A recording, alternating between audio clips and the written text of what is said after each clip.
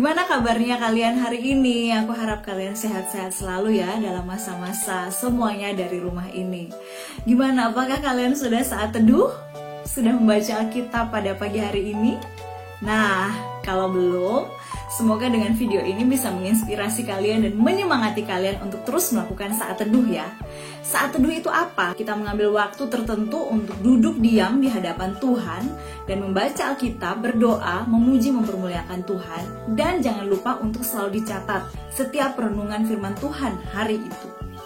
Nah, untuk melakukan saat teduh, pastinya jangan lupa untuk menyiapkan Alkitab kalian. Bisa dalam bahasa Indonesia, bahasa Inggris, silahkan. Apakah harus di Alkitab seperti ini? Kalau handphone bagaimana? Saya selalu memilih dan menyarankan untuk Alkitab, buku Alkitab ya. Jangan handphone karena handphone itu banyak banget gangguannya. Alkitab yang pertama, lalu buku catatan. Kalau ada yang malas mencatat di buku, kalian bisa mencatat di handphone kalian sendiri atau di laptop, silahkan. Tapi yang pasti harus dicatat. Dan kalau mau mencatat di buku, jangan lupa untuk menyiapkan alat tulis ya. Alat tulis. Siapkan waktu sekitar 30 menit sampai 1 jam untuk bersaat teduh setiap hari. Waktunya terserah, mau pagi silahkan, malam silahkan. Tapi saya prefer untuk melakukannya pada pagi hari, karena pagi hari bisa lebih segar, lebih fresh lah, seperti itu. Nah, hari ini saya akan menuntun teman-teman untuk melakukan saat teduh dengan 4 step. Step ini saya terinspirasi dari sebuah YouTube channel namanya Coffee and Bible Time, dan di situ dia mengajarkan ada 4 step ini, EASY, 4 step ini. Apa itu isi dan bagaimana melakukannya? Check it out ya. Kita akan sama-sama belajar. Seperti yang tadi saya sampaikan, saat teduh kita kali ini ada 4 langkah ya.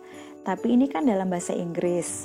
Nah, mari kita lihat sama-sama maknanya. Semangat-semangat, jangan mundur dulu ya.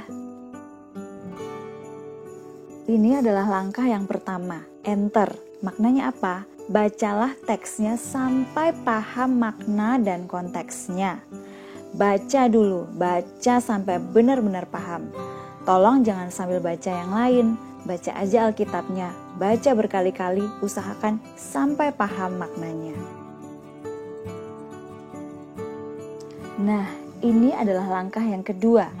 Dapatkan ide atau pesan utama dari bagian firman Tuhan ini. Tadi kan sempat kubilang untuk membaca sampai paham.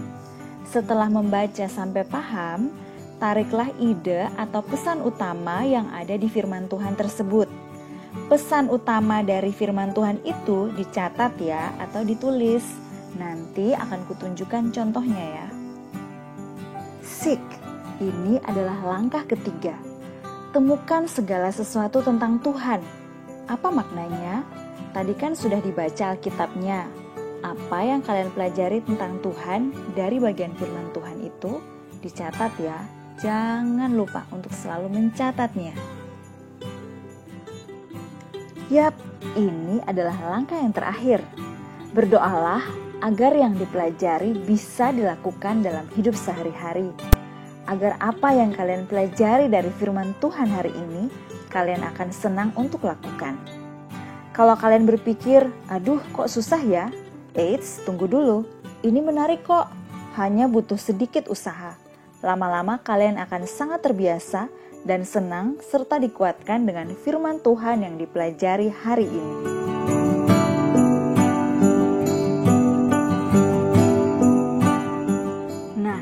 Contohnya, hasil saat teduh yang kupraktekkan menggunakan 4 langkah tadi ya. Pembacaannya adalah dari Yehezkiel 29. Bagian pertama, bacalah teksnya sampai paham makna dan konteksnya.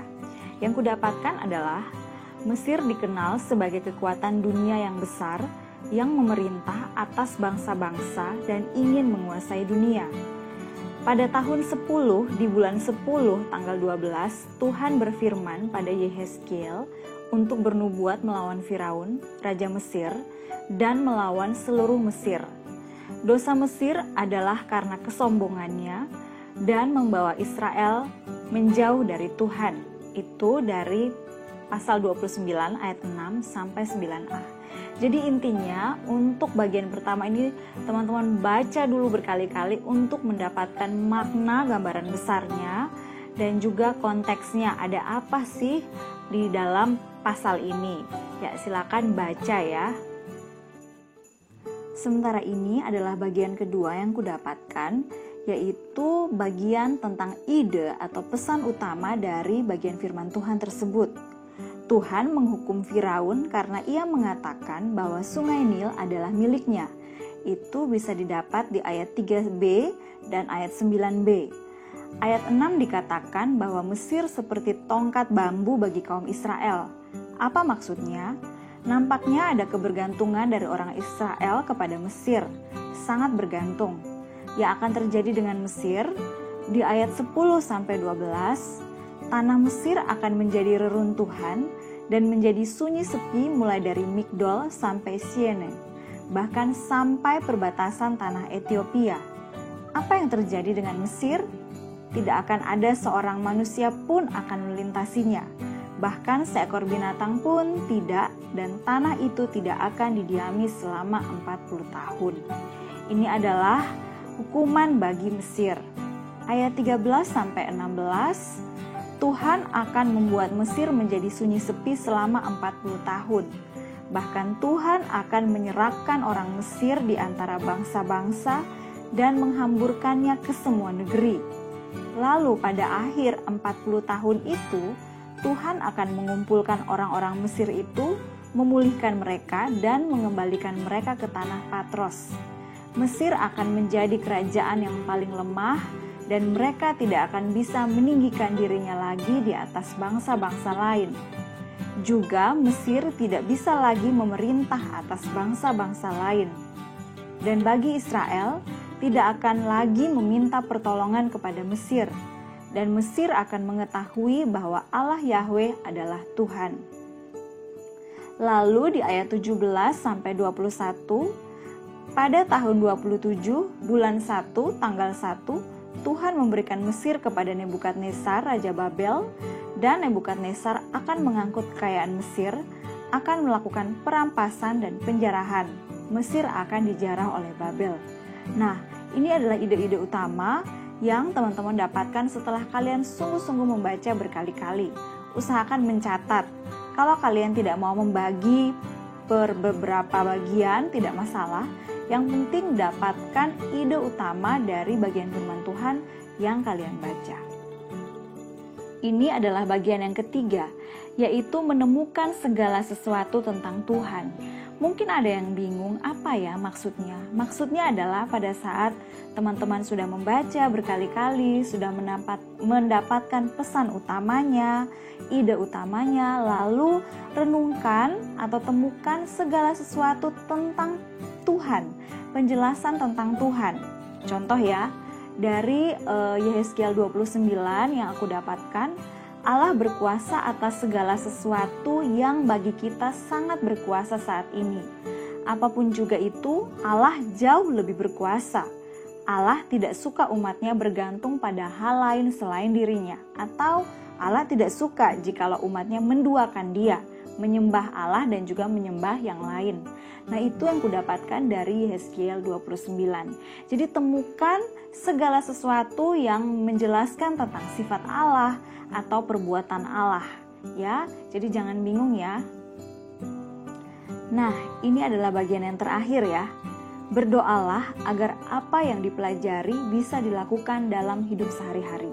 Jadi yang kita baca, kita pelajari, kita renungkan hari ini akan sia-sia jikalau kita tidak bisa mengaplikasikannya dalam hidup kita sehari-hari. Dan untuk menerapkannya dalam kehidupan sehari-hari kita butuh tuntunan dari Tuhan, kita butuh hikmat dari Tuhan untuk bisa mengaplikasikannya.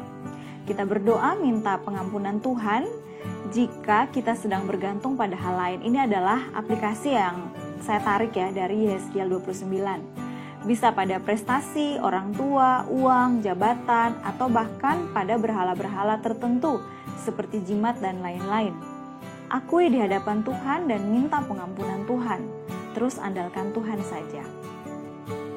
Teman-teman, saat teduhnya sudah selesai. Melakukan saat teduh itu bukan proses yang bisa terjadi 1 atau 2 hari. Proses agar lancar saat teduh itu adalah perjalanan rohani yang kadang ada jatuh bangunnya, kadang ada malasnya. Jangan malas ya teman-teman, ayo kita sama-sama komitmen.